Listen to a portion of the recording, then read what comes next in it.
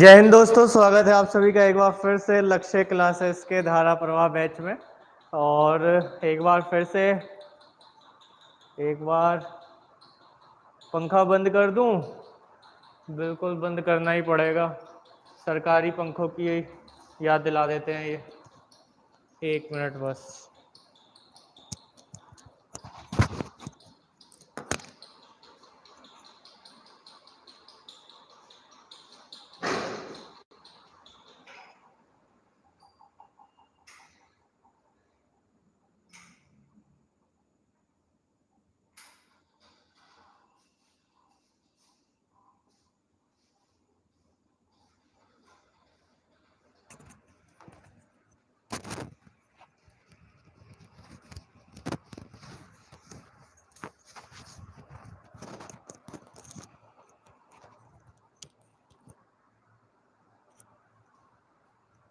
चलिए आ जाएं भाई सभी लोग एक बार, और शेयर कर दो जरा जोरदार तरीके से सेशन को।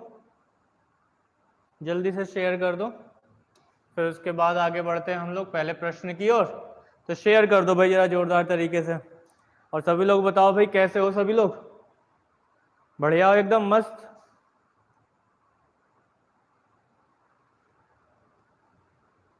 चलो भाई शेयर करो जरा एक बार सेशन को बढ़िया से। कौन कौन लोग आ चुके हैं जरा शेयर कर दो एक बार।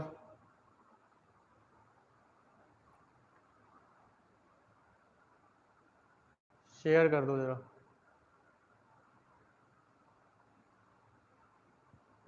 अंतिमा, डोरीमोन, प्रशांत, मिलन आ जाओ। सीमा, प्रदीप, काव्या, कजरी, रिया, सोना, चलो रचित, जोकर, नमस्ते भाई आ जाओ। शेयर कर दो जरा एक बार सभी लोग, ठीक है? बस सही है प्रशांत, अभी तबीयत फिलहाल के लिए ठीक है। अभी तो फिलहाल के लिए सही खड़ा हूँ, मतलब सही है तबीयत, कुल मिला के थोड़ी पटरी पर आने लगी है अब। चलिए क्लियर है। अच्छा जोकर जी, मोटिवेट, सबसे बड़ा मोटिवेशन तो यही है कि अगर आपको मोटिवेट होने की जरूरत पड़ रही है तो इसका मतलब आप स्टूडेंट हो ही नहीं सकते। एक स्टूडेंट हमेशा वो होता है जो अपने आप हमेशा मोटिवेट रहता है। अगर आप मोटिवेट होने के रास्ते ढूंढ रहे हैं और अलग अलग जगहों से अलग अलग तरीकों से खोज रहे हैं कि कोई एंटरटेन करें आपको और आपके लिए रोज नए नए जो है तराने गाए या नए नए जो है शायरी लेकर आए, तो वो समझ लो कि आप स्टूडेंट हो ही नहीं, आप मोटिवेट हो ही नहीं, स्वयं से नहीं हो मोटिवेट। और जो स्वयं से मोटिवेट नहीं होता है उसे कभी कोई मोटिवेट नहीं कर सकता है। इसीलिए मैं कभी दिखावा नहीं करता, माहौल नहीं बनाता। इसका कारण ही यही है, जब तक आप स्वयं से मोटिवेट नहीं होंगे तब तक आपको इस दुनिया की कोई शक्ति मोटिवेट नहीं कर सकती। अगर मोटिवेट होंगे भी तो बस कुछ क्षण के लिए, और जैसे ही वो क्षण बीतेगा पुनः वापस वैसे ही हो जाएंगे। तो मोटिवेट स्वयं रहो। जिस दिन तुम स्वयं मोटिवेट रहोगे उस दिन किसी की जरूरत नहीं है मोटिवेट करने की, और ना ही किसी की जरूरत है किसी से मोटिवेट होने की। हमेशा इस बात को ध्यान रखना जोकर, ठीक है? जीवन में सफल रहोगे। जाओ, आशीर्वाद है। चलो आगे की ओर बढ़ते हैं भाई। शेयर कर दो जरा एक बार जोरदार तरीके से। चलो भाई आगे की ओर बढ़ते हैं। पहला प्रश्न ले लेते हैं आज पहले, सबसे पहले ही, ठीक है? बहुत अच्छा प्रश्न है। पहला प्रश्न देखते हैं कितने लोग आंसर देते हैं। कहां पर भारत की सबसे बड़ी तैरती सौर है? संभावना पूरी बनी हुई है कि भाई इनसे सौर ऊर्जा को लेकर प्रश्न बनेगा ही बनेगा। यदि कोई न्यूज़पेपर पढ़ता हो तो रेगुलर जानता होगा कि अभी कुछ समय पहले ही भारत सरकार ने 2030 टारगेट बनाया है कि अपना 50% जो ऊर्जा की आपूर्ति है वह किससे करेगा? भारत सरकार 2000 सौर ऊर्जा से करेगा, ठीक है? भारत सरकार जो है सौर ऊर्जा से करेगा, ठीक है? इस बात को ध्यान रखना है, इस बात को ध्यान रखना है। तो 2030 क्लियर है? 2030 तक जो है सौर ऊर्जा को लेकर बात की गई है, इस बात को ध्यान रखना है। 50%। बिल्कुल, अगर मेरी क्लास देखते हो तो फिर मोटिवेट बार बार होने की जरूरत नहीं है जोकर, हमेशा ऊर्जावान रहो, ठीक है, हमेशा ऊर्जावान रहो। चलो आंसर दो भाई इसका, जल्दी से आंसर दो, जल्दी से आंसर दो। रामागुंडम तेलंगाना, या कोटा राजस्थान, पटना बिहार, या भोपाल मध्य प्रदेश? जल्दी से उत्तर दे दो भाई, उत्तर दे दो जल्दी से, ठीक है, उत्तर दो भाई। प्रशांत का ए है, चलो भाई बहुत अच्छे। आंसर क्या होगा इसका? रामागुंडम तेलंगाना। रामागुंडम तेलंगाना में जो है भारत की सबसे बड़ी तैरती सौर ऊर्जा परियोजना चालू की गई है, चालू की गई। एक बात और ध्यान रखना है, 2030 का टारगेट है भारत सरकार का कि 50% ऑफ टोटल एनर्जी का, कितना 50% ऑफ टोटल एनर्जी का किससे प्राप्त होगा? सौर ऊर्जा से प्राप्त होगा, इस बात को ध्यान रखना है। बहुत अच्छे भाई, बहुत अच्छे। रुचिता, सीमा, जोकर, पायल, प्रदीप, अंतिमा, दीपांशी, चलो बहुत अच्छे, वेरी गुड। चलिए आगे की ओर बढ़ते हैं, अगला प्रश्न ले लेते हैं इसी क्रम में जल्दी से। प्रतिवर्ष अंतरराष्ट्रीय सहकारिता दिवस का आयोजन कब किया जाता है? जुलाई माह के पहले शुक्रवार को, या पहले शनिवार को, या पहले रविवार को, या पहले सोमवार को? ये सब जुलाई माह के हैं, जल्दी से उत्तर देते रहो और घबराना नहीं है। अगर कहीं से कोई छूट रही है तो दूसरी जगह जरूर मिलेगी, ठीक है, कहीं पर अगर कोई चीज छूट रहा है तो दूसरी जगह पर जरूर मिलेगी, कभी हार नहीं मानना है। बेशक कुछ चीजें कुछ समय के लिए रुक जाया करती हैं लेकिन कभी समाप्त नहीं हुआ करती हैं, इस बात को ध्यान रखना है। चाहे वो आपकी नौकरी हो, आपकी पोस्ट हो, या आपकी जॉब हो, या फिर कुछ भी हो, अगर कोई भी चीज रुक जा रही है कुछ समय के लिए तो इसका मतलब ये नहीं है कि वो समाप्त हो जा रही है। अगर आप उसके लायक हैं तो आपके पास तक जरूर पहुंच के आएगी, जरूर आएगी, 100% आएगी, लेकिन उसके लिए कर्म करना जरूरी है। आंसर दो भाई, एक जैसे आंसर नहीं है राजा, ध्यान से पढ़ो, ठीक है, तुम्हारी जल्दबाजी हमेशा तुम्हें ले डूबती है। आंसर दो भाई इसका, आंसर क्या होगा? आंसर होगा जुलाई माह का पहला शनिवार। जुलाई माह का पहला शनिवार जो है अंतरराष्ट्रीय सहकारिता दिवस के रूप में मनाया जाता है। अब देखो भाई, क्वेश्चन तो डेट से बहुत बार पूछ लिए गए हैं, अब ऐसे प्रश्न बनने की पूरी संभावना बनी हुई है, ध्यान रखना है, ठीक है, कि डेट जो है, कुछ जो दिवस होते हैं उनकी डेट जो है निर्धारित नहीं की जाती है, उनको इसी प्रकार से ही मनाया जाता है जैसे आपके सामने लिखा हुआ है। चलो भाई शाबाश जिन्होंने भी आंसर दिया है। नेक्स्ट क्वेश्चन, प्रतिवर्ष जीएसटी दिवस कब मनाया जाता है? चलो अभी इसका आंसर दो, ये तो सभी को मालूम होना ही चाहिए। प्रतिवर्ष जीएसटी दिवस कब मनाया जाता है? 1 जुलाई, 2 जुलाई, 3 जुलाई, 4 जुलाई? इसका उत्तर सभी का आना चाहिए भाई, सभी का आना चाहिए। शेयर कर दो एक बार, जिन लोगों ने अभी तक सेशन लाइक नहीं किया तो भाई लाइक कर दो, ठीक है।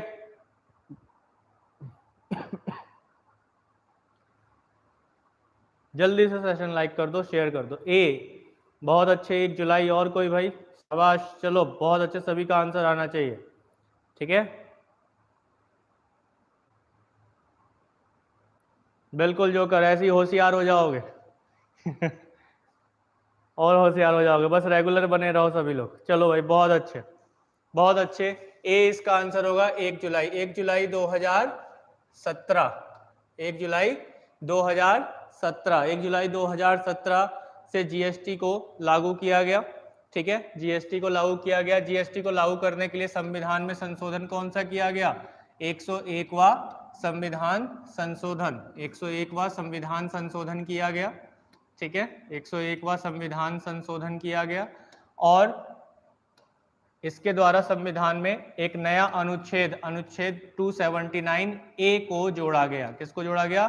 279 ए को जोड़ा गया, जिसमें जीएसटी परिषद की बात की गई है। किसकी बात की गई है? जीएसटी परिषद की बात की गई है। जीएसटी परिषद का अध्यक्ष कौन होता है? तो जीएसटी परिषद का अध्यक्ष केंद्रीय वित्त मंत्री होता है, ठीक है, केंद्रीय वित्त मंत्री जो होंगे वो जीएसटी परिषद के अध्यक्ष होंगे, एवं इसके सदस्यों में एवं केंद्र शासित प्रदेशों के वित्त मंत्री शामिल होते हैं। चलिए आगे की ओर बढ़ते हैं, अगला प्रश्न ले लेते हैं इसी क्रम में जल्दी से भाई। अगला प्रश्न है, फर्दिनेंड मार्कोस जूनियर ने किस देश के 17वें राष्ट्रपति के रूप में शपथ ली है? Singapore, Philippines, Thailand, Vietnam? बहुत ही अच्छा प्रश्न है, उत्तर दे भाई सभी लोग। ठीक है, बिल्कुल रुचि, कुछ कुछ तो अब ठीक हो गई है, कुछ कुछ ठीक हो गई है। ठीक है, जल्दी से आंसर दें।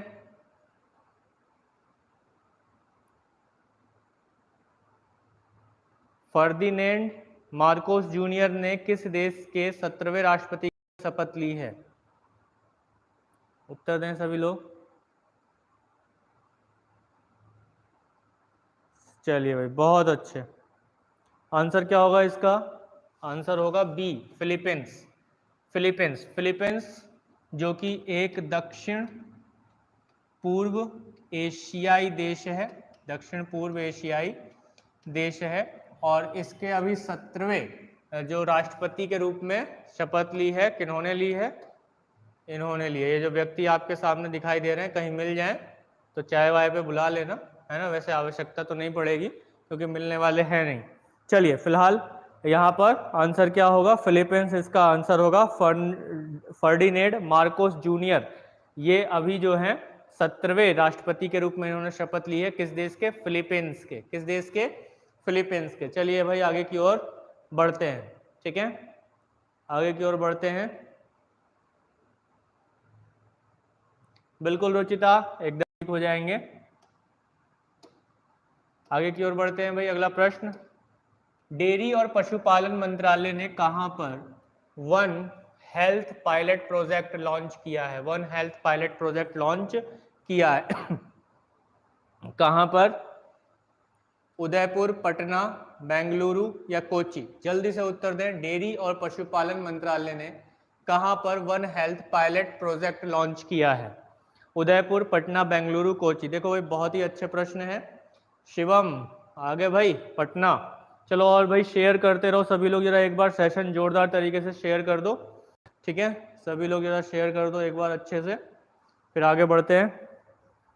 ठीक है, आंसर क्या आ रहा है भाई? बी और सी आंसर आ रहा है। कजरी का बी है, प्रशांत का सी है, रुचिता का भी बी है। चलो, राजा का सी, जोकर, डोरीमोन बहुत अच्छे, जोकर वेरी गुड। आंसर क्या होगा इसका? बेंगलुरु। बेंगलुरु इसका बिल्कुल सही उत्तर होगा। डेयरी और पशुपालन मंत्रालय ने वन हेल्थ पायलट प्रोजेक्ट के रूप में कहां लॉन्च किया है? बेंगलुरु शहर में लॉन्च किया है। चलिए भाई, अगला प्रश्न इसी क्रम में।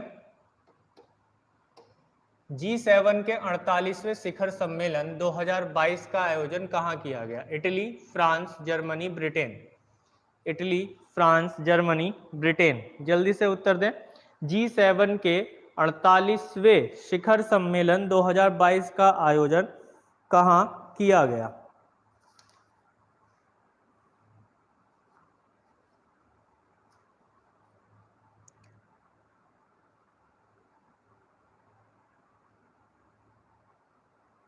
जल्दी से उत्तर दें।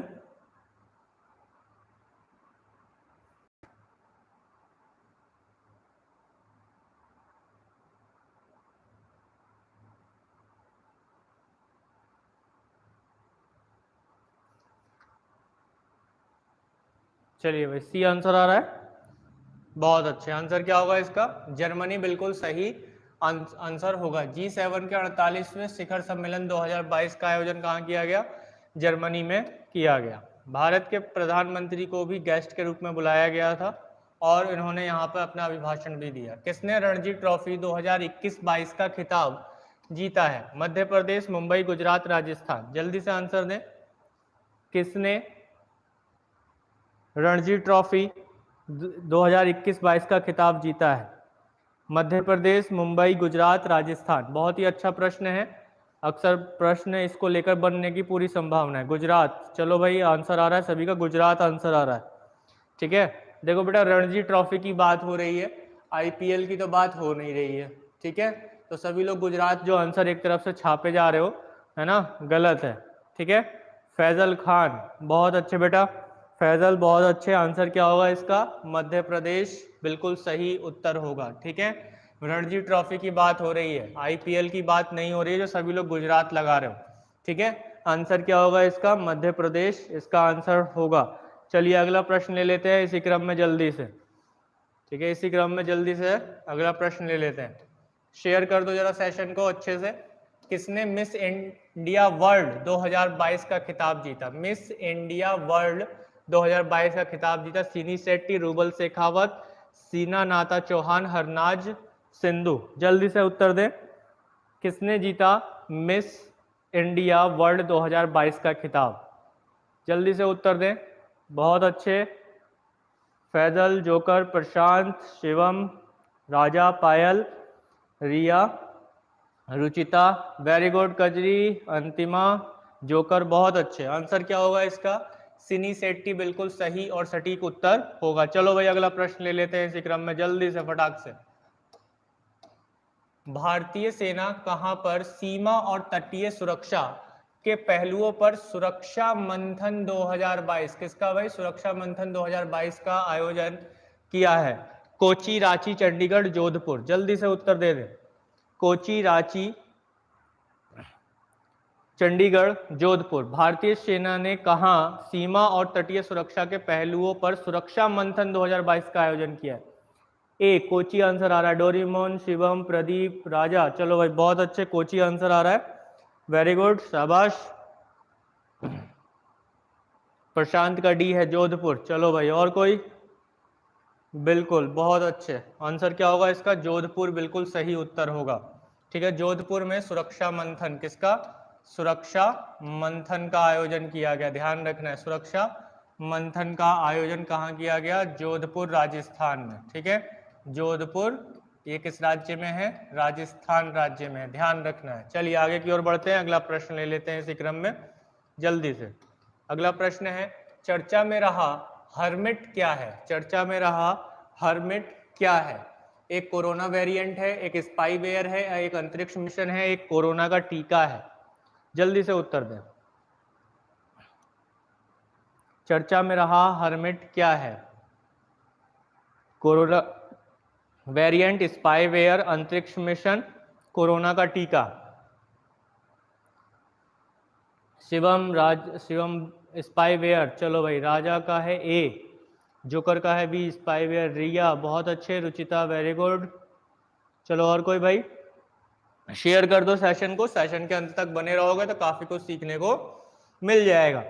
नहीं तो भाई जिनके पास धैर्य नहीं होता है, उनके पास मोटिवेशन नहीं होता है और वो लंबे समय तक टिक नहीं पाते, यानी कि वो लंबी रेस के घोड़े नहीं होते हैं। ठीक है, चलो भाई बहुत अच्छा। आंसर क्या होगा इसका? स्पाईवेयर, यानी कि मुख्य रूप से यह है जासूसी के कामों में इस्तेमाल किया जाने वाला एक सॉफ्टवेयर होता है। ठीक है, चलिए आगे की ओर बढ़ते हैं। नेक्स्ट क्वेश्चन, सितंबर अक्टूबर 2022 में आयोजित होने वाले 36वें राष्ट्रीय खेल की मेजबानी कौन सा राज्य करेगा? राजस्थान, गोवा, उत्तर प्रदेश, गुजरात। बड़ा ही धमाकेदार प्रश्न है भाई, बहुत ही महत्वपूर्ण प्रश्न है। स्टार बना लेना, गोला बना लेना, गुड्डा गुड़िया जो भी चाहो वो बना लेना। ठीक है, लेकिन बना लेना ताकि ये ध्यान रहे, क्लियर है, ताकि ये ध्यान रहे कि हाँ भाई ये जो है बहुत ही महत्वपूर्ण प्रश्न है। ठीक है, कि राष्ट्रीय खेल की मेजबानी कौन सा राज्य करने वाला है? जल्दी से उत्तर दे। राजस्थान, गोवा, उत्तर प्रदेश, गुजरात। चलो भाई, सीमा का बी है, राजा का डी है। चलो भाई बहुत अच्छे, रिया का यूपी है। चलिए, अरे फेमस नहीं होना है जोकर भैया। ठीक है, अब क्या करो कि फेमस जो है तुम लोग ही कर दोगे। जब बढ़िया हम पढ़ा रहे हैं, बढ़िया चीज दे रहे हैं, तो फेमस कौन करेगा? तुम ही लोग कर दोगे, है ना। ऐसे फेमस नहीं होना है। ठीक है, ऐसे फेमस नहीं होना है कि ज्ञान नहीं दिया, बस मोटिवेट करके पंप भर दिया, हवा भर दिया और फूल के गुब्बारा हो गए, और जरा सा एक एग्जामिनर ने पिन मार दी तो सारा मोटिवेशन फुर। ठीक है, वो वाला मोटिवेशन नहीं डालना है। ठीक है, बस पढ़ते रहो, बढ़िया से पढ़ते रहो। यहाँ पे क्वेश्चन तुम्हें अच्छे मिलेंगे, एग्जाम में तुम अच्छा करके आओगे तो तुम अपने आप ही फेमस कर दोगे भैया। वहीं एग्जाम सेंटर पे बोल दोगे कि भैया हमने यहाँ से पढ़ाई की है, ये वाले गुरुजी ने पढ़ाया है। ठीक है, समझ गए? चलो भैया आगे बढ़ते हैं। अगला क्या आंसर होगा? आंसर होगा गुजरात। ठीक है, इसका आंसर क्या होगा? गुजरात। ध्यान रखना है, बहुत ही अच्छा प्रश्न है कि 36वें राष्ट्रीय खेल की मेजबानी कौन सा राज्य करेगा, तो कौन सा राज्य करेगा भाई, गुजरात करेगा, ध्यान रखना है, ठीक है, बिल्कुल गुजरात करेगा। गुजरात जो कि सबसे पश्चिमी राज्य है, तो गुजरात सबसे पश्चिम में चले जाना, वेस्ट में चले जाना। जब राष्ट्रीय खेल 36वें राष्ट्रीय खेल की मेजबानी की बात आए तो कहाँ, गुजरात है ना, ढोकला खाने चले जाना, ढोकला खाने, ठीक है, आंसर आ जाएगा गुजरात। चलो भाई अगला प्रश्न ले लेते हैं जल्दी से। कामाख्या मंदिर किस राज्य में स्थित है जहां वार्षिक रूप से आम्बुबाची मेले का आयोजन किया जाता है? मणिपुर, नागालैंड, असम, सिक्किम। बहुत ही आसान प्रश्न है, इससे आसान आज के सेशन में क्या ही प्रश्न होगा। गुड इवनिंग अंजू, आ जाओ, शेयर करें भाई सभी लोग। अंजू असम, बहुत अच्छे। शिवम का मणिपुर है भाई, शाबाश, वेरी गुड, धमाका कर रहे हो आज तो सभी लोग। पिंकी का सी है असम, चलो भाई बहुत अच्छे, शेयर कर दो जरा एक बार, लाइक कर दो बढ़िया से सभी लोग सेशन को। सेशन के अंत तक बने रहना बस, सभी लोग सीख लोगे बहुत कुछ जो सिखाने की आशा कर रहा हूँ। चलिए आंसर क्या होगा यहाँ पे, असम बिल्कुल सही उत्तर होगा। आम्बुबाची मेला कहाँ लगता है, कामाख्या मंदिर में लगता है, और कामाख्या मंदिर किस राज्य में है, असम राज्य में है, ठीक है। असम राज्य में एक सींग वाला गैंडा भी पाया जाता है। कौन सा सींग वाला, एक सींग वाला गैंडा, ठीक है। एक सींग वाला गैंडा कौन सा राष्ट्रीय उद्यान में पाया जाता है, जरा कमेंट करके बता दो। काजीरंगा में। किस में पाया जाता है, काजीरंगा राष्ट्रीय उद्यान में भी पाया जाता है, ठीक है, जो कहाँ है, असम में है। इसके साथ साथ असम और किस चीज के लिए जाना जाएगा भाई, माजुली आइलैंड के लिए जाना जाएगा।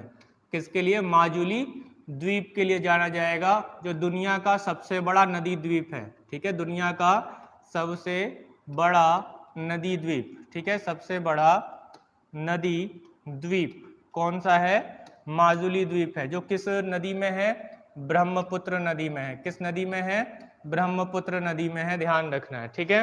एक सींग वाला गैंडा कहाँ पाया जाएगा, काजीरंगा में, क्लियर है, इस बात को ध्यान रखना है, ठीक है।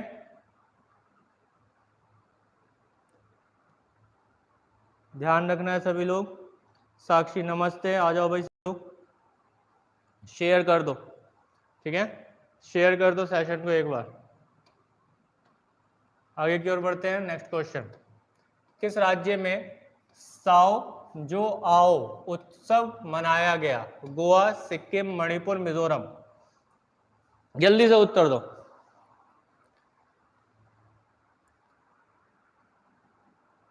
सच्ची में, चलो भाई बिल्कुल सही बात है भाई, चलो आंसर दो। किस राज्य में साओ जो आओ उत्सव मनाया गया, गोवा, सिक्किम, मणिपुर, मिजोरम? गोवा, बहुत अच्छे, शाबाश मिलन, पायल, जोकर, शिवम, पिंकी, वेरी गुड, दीपांशी, बहुत अच्छे, धन्यवाद अंजू, क्वेश्चन अच्छे लगे सभी को, ठीक है, शेयर कर दो इसी बात पे सभी लोग। आंसर क्या होगा इसका, गोवा बिल्कुल सही और सटीक उत्तर होगा, ठीक है, गोवा बिल्कुल सही और सटीक उत्तर होगा। साओ जो आओ महोत्सव, जो यह उत्सव जो है वो किस राज्य में मनाया गया, गोवा में मनाया गया। किस में मनाया गया, गोवा में मनाया गया। चलिए आगे की ओर बढ़ते हैं, अगला प्रश्न ले लेते हैं। कहाँ बाजरा पर राष्ट्रीय सम्मेलन, किस पर भाई, बाजरा पर, है ना, बाजरा पर राष्ट्रीय सम्मेलन का आयोजन किया गया? मुंबई, जयपुर, भोपाल, नई दिल्ली? जल्दी से उत्तर दें।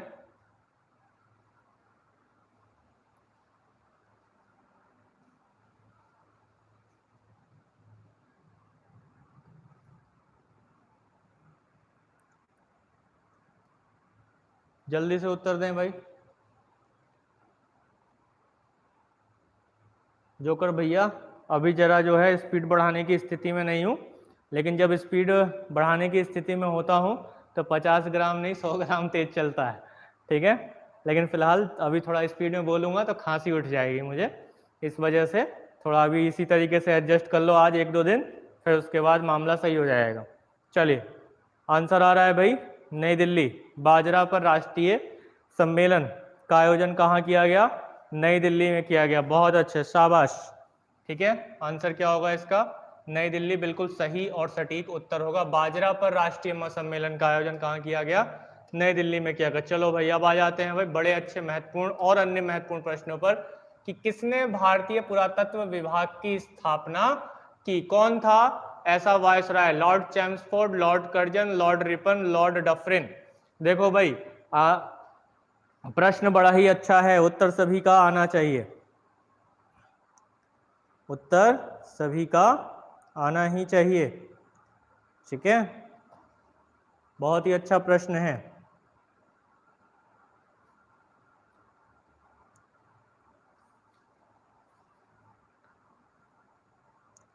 जल्दी से उत्तर दो भाई।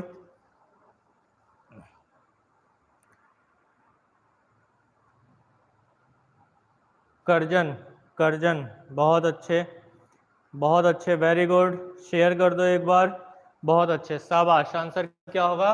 B, Curzon.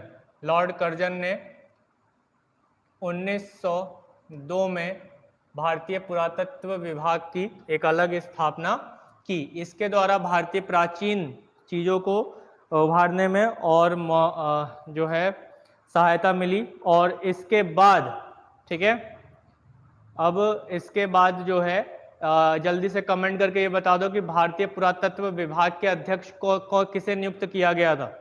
जल्दी से कमेंट करके बताओ, भारतीय पुरातत्व विभाग का जो अध्यक्ष है वो किसे नियुक्त किया गया था। जल्दी से कमेंट करके बताओ भाई सभी लोग, तेजी से कमेंट कर दो जरा कि भारतीय पुरातत्व विभाग का अध्यक्ष किसे नियुक्त किया गया था। बिल्कुल पता है शिवम, तुम्हें क्लास में करवाया भी है मैंने। जल्दी से बताओ सभी लोग, फिर आगे बढ़ते हैं। दयाराम साहनी, पता नहीं? अरे यार ऐसा कैसे कर रहे हो तुम लोग, ऐसा कैसे कह रहे हो? जॉन मार्शल, ठीक है, क्या आंसर होगा इसका? जॉन मार्शल, ठीक है, जॉन मार्शल इसका आंसर होगा, बताया था क्लास में। ठीक है, 26 सालों तक यह है इस विभाग के अध्यक्ष के रूप में काम करते रहे। इन्हीं की अध्यक्षता में 1921 में हड़प्पा की खोज हुई। किसकी? हड़प्पा की खोज हुई। 1922 में मोहनजोदड़ो की खोज हुई, यानी कि हड़प्पा सभ्यता की खोज इन्हीं की अध्यक्षता में दयाराम साहनी ने की। राखलदास बनर्जी ने मोहनजोदड़ो की खोज की। ठीक है, किसकी अध्यक्षता में? जॉन मार्शल की अध्यक्षता में। इस बात को ध्यान रखना है। और इन्हीं की अध्यक्षता में भारत ने अपने 2500 साल पुराने इतिहास को एक बार फिर से देखा। ठीक है, एक बार फिर से देखा, इस बात को ध्यान रखना है। इसके अतिरिक्त लॉर्ड कर्जन के समय में कुछ महत्वपूर्ण और काम हुए, जो सबसे महत्वपूर्ण रहा 1905 का बंगाल विभाजन। कौन सा? 1905 का बंगाल विभाजन, इस बात को ध्यान रखना है। 1905 का बंगाल विभाजन किसके काल में हुआ? लॉर्ड कर्जन के काल में हुआ। और इसी बंगाल विभाजन के विरोध में स्वदेशी आंदोलन भी शुरू किया गया। कौन सा आंदोलन? स्वदेशी आंदोलन भी शुरू किया गया, इस बात को ध्यान रखना है। ठीक है, स्वदेशी आंदोलन भी शुरू किया गया। स्वदेशी आंदोलन गांधी जी वाला नहीं है, वह असहयोग आंदोलन है, ये स्वदेशी आंदोलन है, इस बात को ध्यान रखना है सभी ने। ठीक है, चलिए आगे की ओर बढ़ते हैं, अगला प्रश्न ले लेते हैं इसी क्रम में।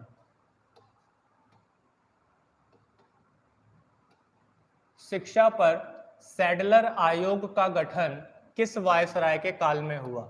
लॉर्ड मिंटो, लॉर्ड हार्डिंग द्वितीय, लॉर्ड चैम्सफोर्ड, लॉर्ड रीडिंग। जल्दी से उत्तर दें भाई इसका भी। ठीक है, काफी अच्छा प्रश्न है।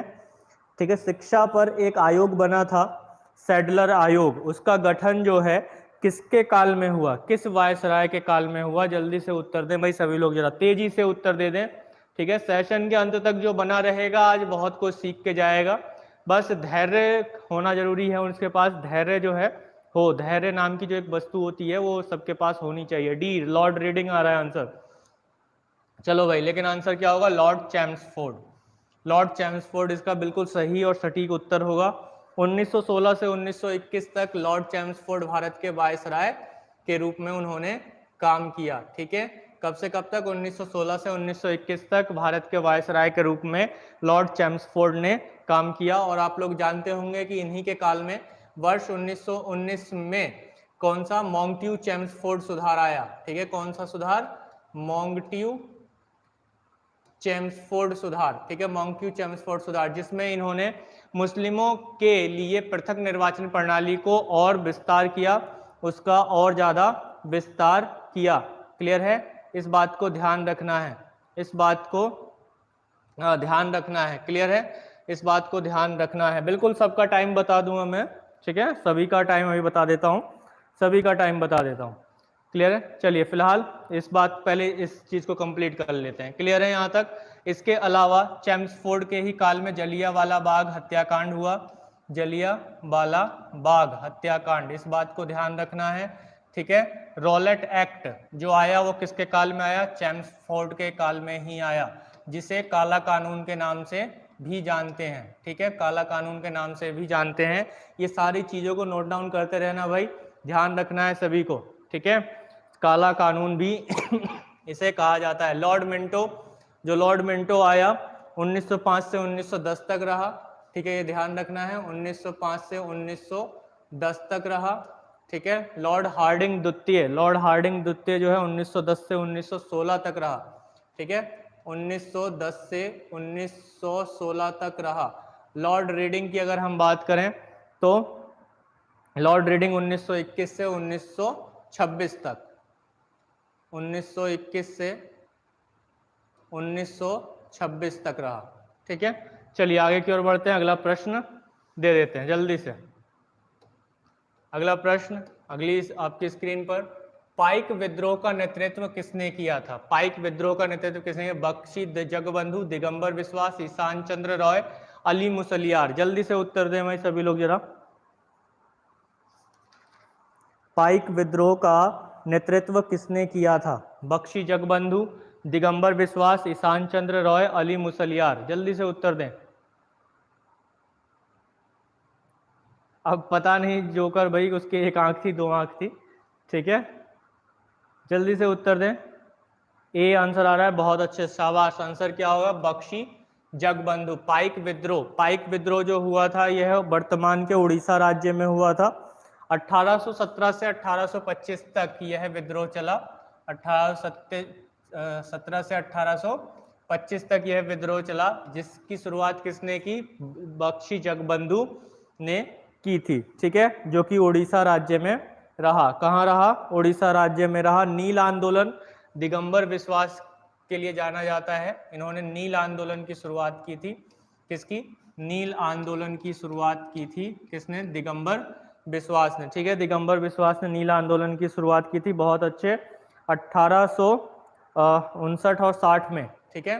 कब? 1859-60 में इसकी शुरुआत हुई थी। ईशान चंद्र राय की अगर हम बात करें तो ईशान चंद्र राय जो रहे, ईशान चंद्र राय पावना विद्रोह के लिए जाने जाते हैं। कौन से विद्रोह के लिए? पावना विद्रोह के लिए जाने जाते हैं। ठीक है? पावना विद्रोह के लिए जाने जाते हैं, जो कि बंगाल में हुआ था। ठीक है? बंगाल में हुआ था ये विद्रोह। अली मुसलियार मोपला विद्रोह के लिए जाने जाते हैं। कौन सा विद्रोह? मोपला विद्रोह के लिए जाने जाते हैं अली मुसलियार। ठीक है? मोपला विद्रोह, ध्यान से रख लो, इन्हें अच्छे से रख लो, क्योंकि प्रश्न बनने वाले हैं, स्वाभाविक है। पैट के एग्जाम में तो इससे एक प्रश्न आपको मिलने वाला ही है। मोपला विद्रोह 1920 से 22 के मध्य हुआ था केरल राज्य में। ठीक है? केरल राज्य में। अभी हाल ही में मोपला विद्रोह को भारतीय इतिहास संस्थान ने क्या कर दिया है कि बाहर कर दिया है। किससे बाहर कर दिया? भारतीय स्वतंत्रता संग्राम की श्रेणी से बाहर कर दिया है। चलिए अगला प्रश्न ले लेते हैं, तेजी के साथ आगे बढ़ते हैं हम। निम्नलिखित में से किसके द्वारा गुजरात में कर नहीं आंदोलन, कौन सा आंदोलन? कर नहीं आंदोलन, यानी कि नो टैक्स मूवमेंट चलाया गया? महात्मा गांधी, सरदार पटेल, मोतीलाल नेहरू, मास्टर अमीन चंद। जल्दी से उत्तर दें। मास्टर,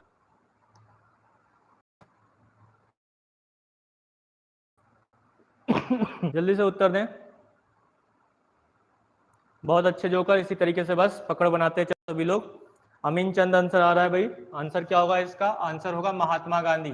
महात्मा गांधी ने 1918 में गुजरात के खेड़ा में खेड़ा आंदोलन चलाया। ठीक है? खेड़ा आंदोलन के नाम से भी जाना जाता है ये आंदोलन। और इसमें जो है क्या मुख्य बात थी? मुख्य बात थी कि किसान जो है कोई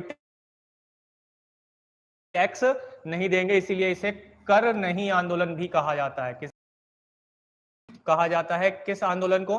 खेड़ा आंदोलन को, खेड़ा मूवमेंट को, जो गांधी जी ने अहमदाबाद गुजरात में चलाया। 1917 में गांधी जी का पहला सफल सत्याग्रह रहा। कौन सा सत्याग्रह? चंपारण सत्याग्रह। चंपारण सत्याग्रह यह भी किसान आंदोलन से की खेती तिनकठिया पद्धति से संबंधित था। चलिए अगले प्रश्न की ओर बढ़ लेते हैं आप जल्दी से। नेक्स्ट क्वेश्चन है भाई कि ग्रीनविच देशांतर रेखा निम्नलिखित में से किस देश से होकर नहीं गुजरती है? Algeria, France, Spain, Togo. इनमें से कौन सा ऐसा देश है जिससे ग्रीनविच रेखा यानी कि जो 0 डिग्री देशांतर है, 0 डिग्री देशांतर रेखा है जो पूरे विश्व का, जिससे समय का निर्धारण किया जाता है, ठीक है। और ग्रीनविच रेखा से भारत का मानक समय देशांतर 82 डिग्री पूर्व में 5.5 घंटे आगे है, ठीक है। 5.5 घंटे क्या है? आगे है। तो वह कौन से देश से नहीं गुजरती है? Algeria, France, Spain, Togo. जल्दी से उत्तर दें भाई सभी लोग। D, Togo. शाबाश, बहुत अच्छे। आंसर क्या होगा? टोगो से ये नहीं गुजरती है, ठीक है। टोगो से ये नहीं गुजरती है। क्लियर है? जल्दी से शेयर कर दो सेशन को एक बार अच्छे से, सभी लोग सेशन के अंत तक बने रहना है सभी ने। चलिए नेक्स्ट क्वेश्चन। विश्व का सबसे ऊंचा ज्वालामुखी पर्वत कोटोपैक्सी किस देश में स्थित है? Argentina, Chile, Italy, Ecuador. जल्दी से उत्तर दे दें भाई सभी लोग जरा। बहुत ही अच्छा प्रश्न है ये।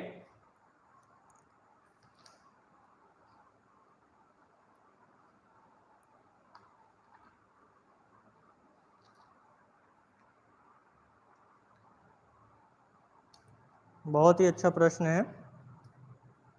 विश्व का सबसे ऊंचा ज्वालामुखी पर्वत इक्वाडोर में स्थित है। कहाँ है? इक्वाडोर में। बहुत अच्छा, शाबाश। आंसर क्या होगा? इक्वाडोर, जो कि कहाँ है? दक्षिण अमेरिका महाद्वीप में है, ठीक है। दक्षिण अमेरिका महाद्वीप में है। विश्व की सबसे लंबी पर्वत श्रृंखला, विश्व की सबसे लंबी पर्वत श्रृंखला, सबसे लंबी पर्वत श्रृंखला जो है वो क्या नाम है उसका? उसका नाम है एंडीज, ठीक है। एंडीज। तो एंडीज पर्वत श्रृंखला पर स्थित है इक्वाडोर का में स्थित ज्वालामुखी पर्वत, जो को क्या नाम है? कोटोपैक्सी जिसका नाम है। चलिए आगे की ओर बढ़ते हैं, नेक्स्ट प्रश्न लेते हैं। दक्षिणी ध्रुव पर कार्यरत भारत की प्रयोगशाला नहीं है। दक्षिण गंगोत्री, मैत्री, भारती या उपरोक्त सभी। यानी कि वो कौन सी प्रयोगशाला है जो कार्यरत नहीं है, अभी वर्तमान में कार्यरत नहीं है? जल्दी से आंसर दें। उत्तर दें जरा जल्दी से सभी लोग।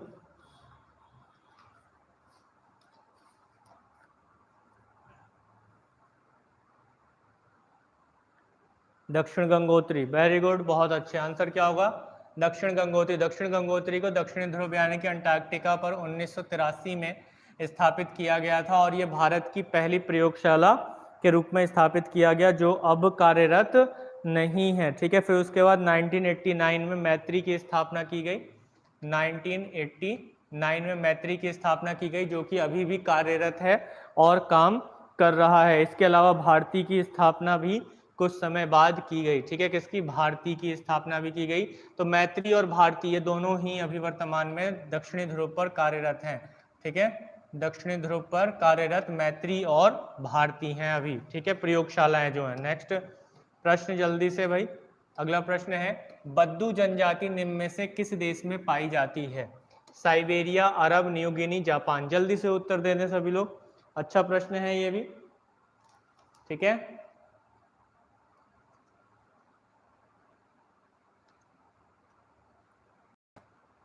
जल्दी से उत्तर दें।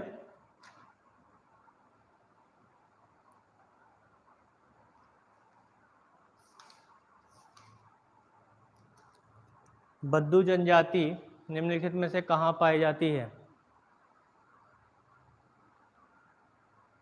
भाई क्लास रुक रही है क्या किसी की? मेरे यहाँ तो सही चल रहा है, अगर किसी की रुक रही है। चलिए बहुत अच्छे, चल रही है बाकी सबकी। आंसर क्या होगा इसका? आंसर होगा अरब, ठीक है। अरब देश में पाई जाती है कौन सी जनजाति? बद्दू जनजाति जो है अरब देश में पाई जाती है, ठीक है। अरब देश में पाई जाती है बद्दू जनजाति, ध्यान रखना है। और ये पहली बार नहीं, मैंने कई बार करवा दिया है ऐसा प्रश्न कई बार करवा दिया। चलिए आगे की ओर बढ़ते हैं। अगला प्रश्न अच्छा प्रश्न है। फरक्का परियोजना किस नदी पर स्थित है? गंडक, ताप्ती, गंगा, सतलज। जल्दी से उत्तर दें, जल्दी से उत्तर दें, जल्दी से उत्तर दें। फरक्का परियोजना किस नदी पर स्थित है? शेयर कर दें सेशन को। जिन लोगों ने अभी तक लाइक नहीं किया सेशन लाइक कर दो भाई, ठीक है। फरक्का परियोजना ये कई बार क्लास में भी मैंने डिस्कस किया है, बहुत ही अच्छी परियोजना है और कई बार इसको लेकर डिस्कशन कर चुका हूं मैं, ठीक है। जोकर सी, चलो भाई साक्षी का सी, बहुत अच्छे, चलिए बहुत अच्छे। आंसर क्या होगा यहाँ पे? गंगा, यहाँ पे आंसर बिल्कुल सही होगा, गंगा। और ये किस राज्य में है? पश्चिम बंगाल में है, ठीक है। फरक्का परियोजना किस राज्य में है? पश्चिम बंगाल में है, ठीक है। भारत में अंतिम पड़ाव, भारत में अंतिम पड़ाव है इसका, ठीक है, फरक्का बैराज। और उसके बाद गंगा कहाँ प्रवेश कर जाती है?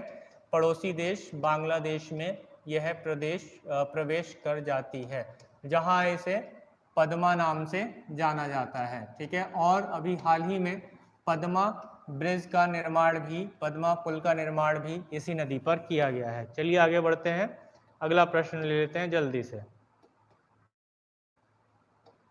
पटना पक्षी विहार स्थित है पटना में, आगरा में, एटा में, बलिया में। जल्दी से उत्तर दे दें। अच्छा प्रश्न ये, ठीक है। और ये दोबारा मैंने पूछा है, रिवीजन कह सकते हैं आप इसे, कि रिवीजन प्रश्न चल रहा है ये, ठीक है। इसका उत्तर सभी का आना ही चाहिए, ठीक है। जल्दी से उत्तर दो भाई सभी लोग, ठीक है। और शेयर करो भाई। पटना पक्षी विहार, ठीक है, ठीक है। पटना पक्षी विहार कहाँ है? आगरा में। चलो भाई बहुत अच्छे। अंतिमा का डी है बलिया, वेरी गुड। और कोई? जोकर, रिया, दीपांशी का डी है बलिया, शिवम का है एटा, शाबाश। प्रशांत का है आगरा, जोकर का भी आगरा। डोरीमोन का सी, भाई बहुत अच्छे शिवम, डोरीमोन। आंसर क्या होगा इसका? एटा बिल्कुल सही होगा, एटा उत्तर प्रदेश में है पटना पक्षी विहार, इस बात को ध्यान रखना है। चलिए भाई अगला प्रश्न ले लेते हैं इसी क्रम में अच्छे से जरा। मौलिक कर्तव्य किस देश के संविधान से प्रेरित है? भारत का जो मौलिक कर्तव्य है वह किस देश के संविधान से प्रेरित है? अमेरिका, जापान, रूस, यानी कि यूएसएसआर। जल्दी से उत्तर दे दें भाई। यूएसए आंसर आ रहा है, शाबाश नवीन। शिवम का है अमेरिका, जोकर का है डी यूएसएसआर, रूस। और कोई भाई? बहुत ही आसान प्रश्न है ये, इसमें कोई बड़ा रॉकेट साइंस तो है ही नहीं, है ना। उत्तर दे दो भाई सभी लोग, ठीक है। उत्तर दे दो भाई सभी लोग। आ जाओ भाई सचिन गोस्वामी, ठीक है। शेयर कर दो भाई सचिन जरा जोरदार तरीके से सभी मेरठ वासियों के बीच में। चलो आ जाओ भाई। आंसर क्या होगा इसका? आंसर होगा रूस, यूएसएसआर। यूएसएसआर से जो है मौलिक कर्तव्य यानी कि मौलिक कर्तव्य यानी कि फंडामेंटल राइट्स को लिया गया है। किसको लिया गया है? फंडामेंटल राइट्स को लिया गया है, ठीक है। फंडामेंटल माफ कीजिएगा, फंडामेंटल ड्यूटीज को लिया गया है, मौलिक कर्तव्यों को लिया गया है। और ये संविधान के किस भाग में है? जल्दी से कमेंट करके बताओ जरा। संविधान के किस भाग में है मौलिक कर्तव्य? संविधान के किस भाग में है मौलिक कर्तव्य? जल्दी से बताओ। बिल्कुल जोकर सही था तुम्हारा, बिल्कुल बहुत अच्छे। संविधान के किस भाग में है ये? संविधान के किस भाग में है? संविधान के भाग 4A में है, ठीक है। इसको जोड़ने के लिए संविधान में 42वां संशोधन किया गया था। कौन सा संशोधन? 42वां संशोधन किया गया था 1976 में। क्लियर है बात? और इसके साथ ही कौन सी समिति बनाई गई थी इसके लिए? सरदार स्वर्ण सिंह समिति। कौन सी समिति?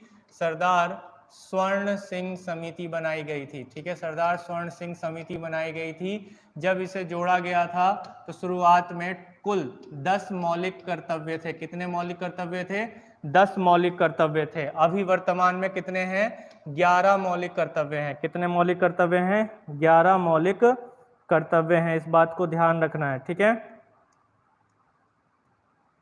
11 मौलिक कर्तव्य हैं अभी वर्तमान में। 11वां मौलिक कर्तव्य जो है अभी वर्तमान में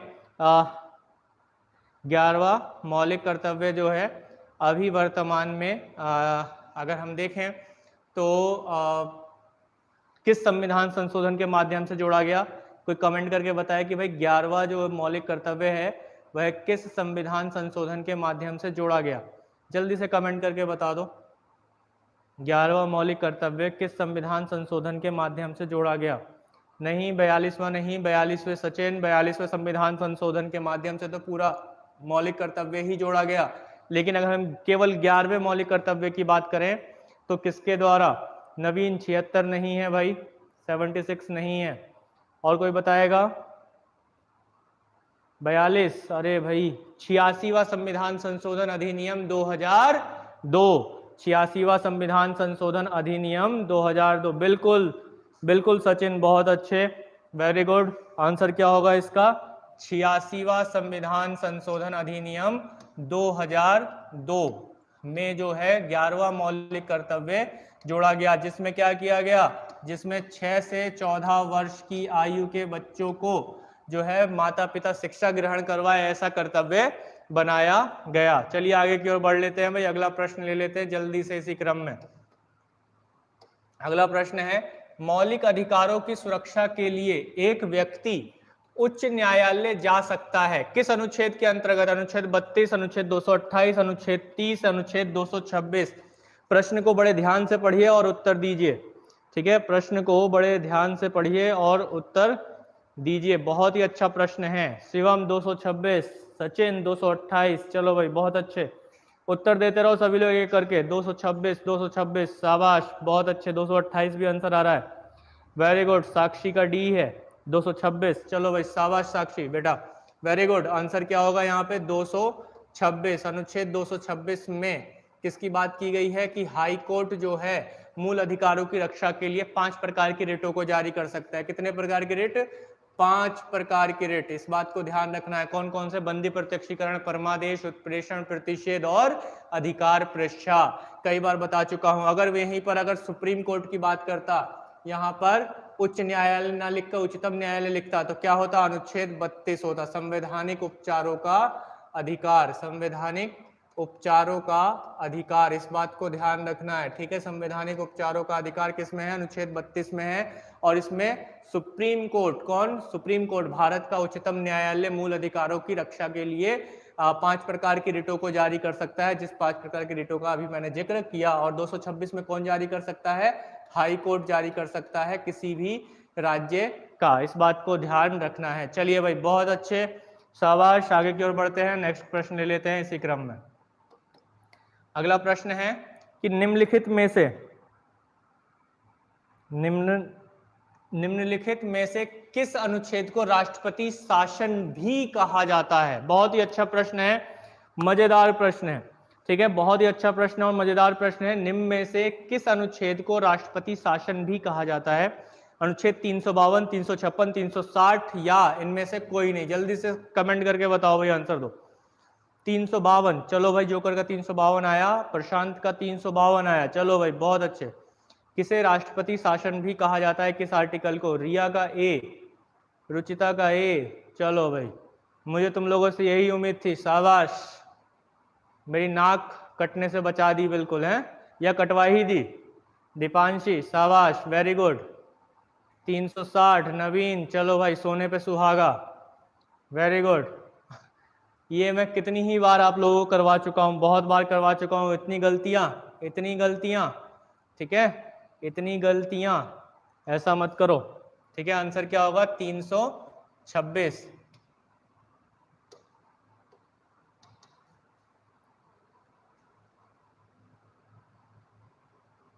इसका आंसर क्या होगा? इसका आंसर होगा अनुच्छेद 326। अनुच्छेद 326 में क्या है?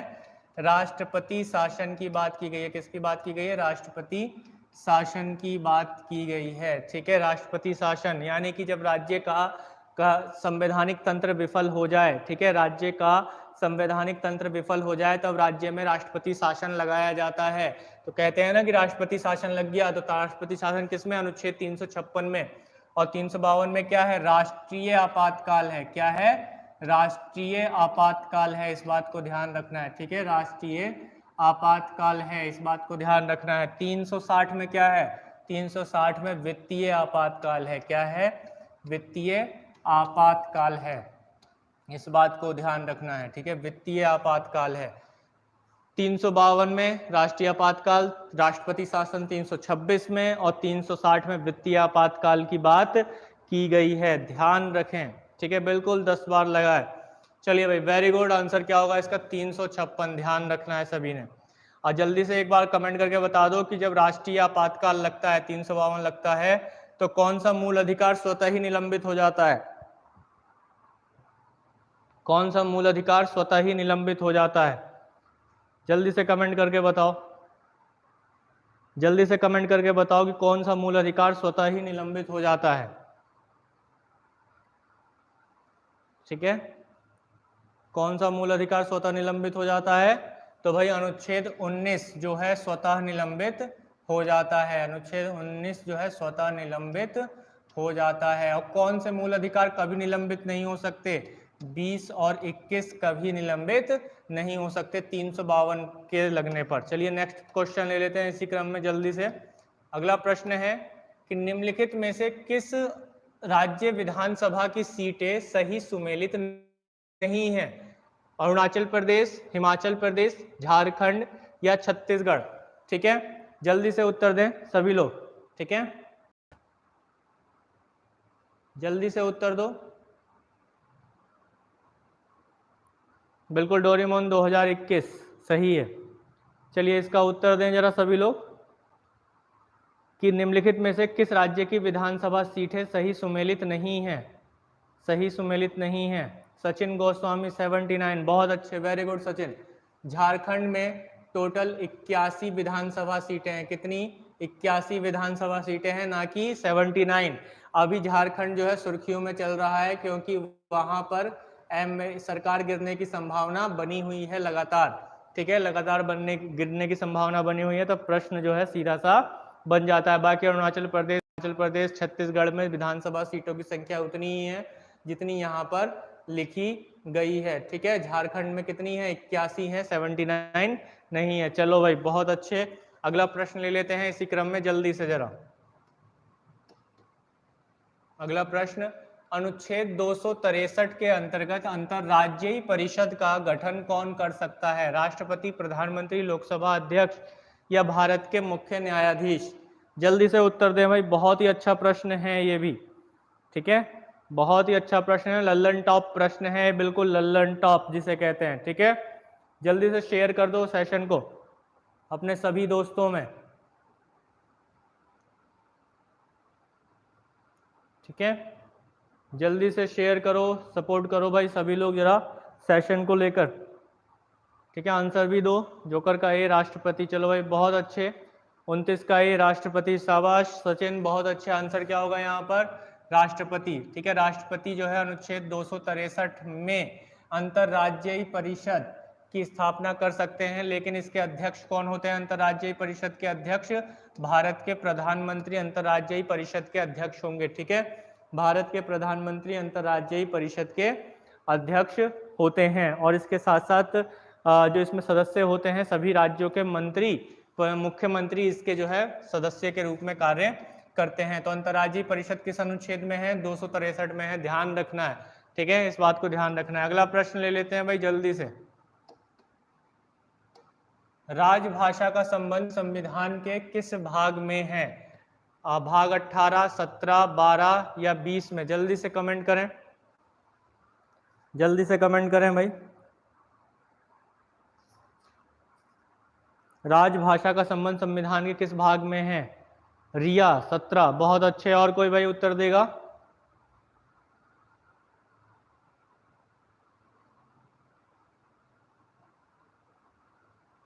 दोस्तों 343, चलो भाई बहुत अच्छे सचिन, आर्टिकल सही है। 18 या 20 प्रशांत, चलो भाई वेरी गुड। आंसर क्या होगा इसका? 17 बिल्कुल सही होगा। भाग 17 में अनुच्छेद 243 माफ कीजिएगा 343 से 351 तक राजभाषा एवं भाषाओं के विषय में चर्चा की गई है, इस बात को ध्यान रखना है। इसी क्रम में अगर हम देखें तो अनुच्छेद 344 में राष्ट्रपति को राजभाषा से संबंधित, ठीक है, किसमें? अनुच्छेद 344 में क्या कहा गया है कि राष्ट्रपति राजभाषा से संबंधित किसी प्रकार की सलाह प्राप्त करने के लिए, क्या प्राप्त करने के लिए, सलाह प्राप्त करने के लिए एक आयोग का गठन कर सकते हैं। तो पहली बार राजभाषा के लिए बनाया गया आयोग 1956 में जिसने अपनी रिपोर्ट प्रस्तुत की, श्री बीजी खरे की अध्यक्षता में बनी। किसकी अध्यक्षता में? बीजी खरे की अध्यक्षता में 1955 में राजभाषा आयोग का गठन किया गया। पहला राजभाषा आयोग का गठन 1955 में बीजी खरे की अध्यक्षता में किया गया, जिसने 1956 में अपनी रिपोर्ट प्रस्तुत की। किसने रिपोर्ट प्रस्तुत की? इस समिति ने रिपोर्ट प्रस्तुत की। और 343 के अनुसार संघ की राजभाषा हिंदी और लिपि क्या होगी? देवनागरी होगी। राजभाषा क्या बताई गई? हिंदी, और लिपि क्या बताई गई? देवनागरी। ठीक है, देवनागरी जो है लिपि बताई गई। और ऐसा किस अनुच्छेद में कहा गया है? ऐसा 343 में कहा गया है कि भाई संघ की भाषा ये होगी। तो जल्दी से कमेंट कर दो, शेयर कर दो भाई अपने दोस्तों में। ठीक है, एक साथ जोरदार तरीके से जरा शेयर करो। इसके साथ ही संविधान की 8वीं अनुसूची में कितनी भाषाएं हैं? संविधान की अगर हम 8वीं अनुसूची की बात करें तो 8वीं अनुसूची में टोटल 22 भाषाएं हैं। कितनी भाषाएं हैं? टोटल 22 भाषाएं हैं। और अगर शुरुआती बिल्कुल नई 4 भाषाओं को अगर हम देखें तो संविधान में जो है 2003 में 92वां संविधान संशोधन किया गया। 92वां संविधान संशोधन कब किया गया? 2003 में किया गया।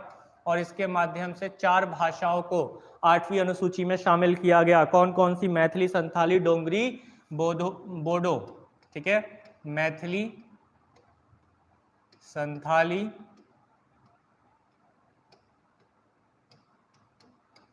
डोगरी और बोडो। ठीक है, ये 4 भाषाएं जो हैं 92वें संविधान संशोधन अधिनियम, ठीक है, 92वें संविधान संशोधन अधिनियम 2003 के माध्यम से जोड़ा गया था। इस बात को ध्यान रखना है। BDMS बिल्कुल, बोडो, डोगरी, मैथिली, संथाली ध्यान रखना है। मैथिली उत्तर बिहार में बोली जाने वाली भाषा है। ठीक है, उत्तर बिहार में बोली जाने वाली भाषा है। संथाली झारखंड में बोली जाती है भाषा ये। डोगरी कहाँ बोली जाती है? ये J&K में बोली जाती है। ठीक है, और बोडो जो है ये असम में बोली जाने वाली भाषा है, उत्तरी असम में बोली जाने वाली भाषा है। तो भाई ये थे आज के जो है भैया 30 सबसे महत्वपूर्ण प्रश्न। और मैं आशा करता हूं कि यहाँ तक आपको बहुत कुछ नया और अच्छा जानने को, सीखने को मिला होगा। आज का सेशन हम यहीं पर विराम करते हैं। आशा करता हूं कि बहुत कुछ आप लोगों ने सीखा। जो लोग आज नए जुड़े भाई उनका बहुत बहुत धन्यवाद। जो सेशन के अंत तक बने रहे, देखते रहे सेशन के अंत तक, उन सभी का जो है बहुत बहुत धन्यवाद। ठीक है, उन सभी का बहुत बहुत धन्यवाद। एक बार फिर से लाइक, शेयर, सब्सक्राइब जिन्होंने किया उनको भी बहुत बहुत धन्यवाद। तो इसी तरीके से बस साथ में बने रहें। प्रयास यही रहेगा कि कल जो है एक बार फिर से हम उपस्थित हों ठीक 9 बजे और सेशन को आगे की तरफ बढ़ाएं। तो शेयर कर दीजिए एक बार जोरदार तरीके से, नए सब्सक्राइबर्स जोड़िए और ज़्यादा से ज़्यादा सपोर्ट कीजिए अपने लक्ष्य क्लासेस को। तो मिलते हैं एक बार फिर से कल रात 9 बजे एक नई ऊर्जा, नए प्रश्नों के साथ। तब तक के लिए हंसते रहें, मुस्कुराते रहें, खुश रहें। जय हिंद।